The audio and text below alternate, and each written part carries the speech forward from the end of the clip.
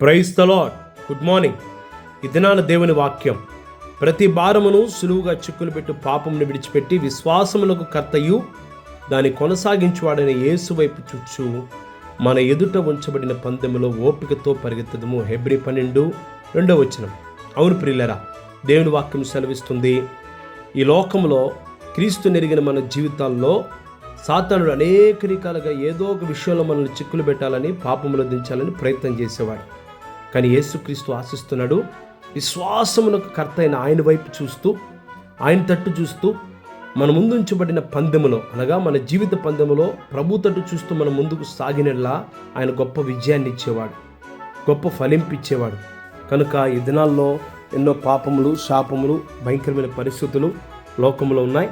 వాటిలన్నిటి వైపు కాకుండా క్రీస్తు వైపు చూస్తూ ప్రతి పరిస్థితుల్లో, ప్రతి ఇబ్బందులో, ప్రతి శోధనలో ప్రభు వైపు చూచినలా ఆయనను గమ్యానికి చేర్చి దీవించేవాడు. దేవుడి మాటలు దీవించునుగాక.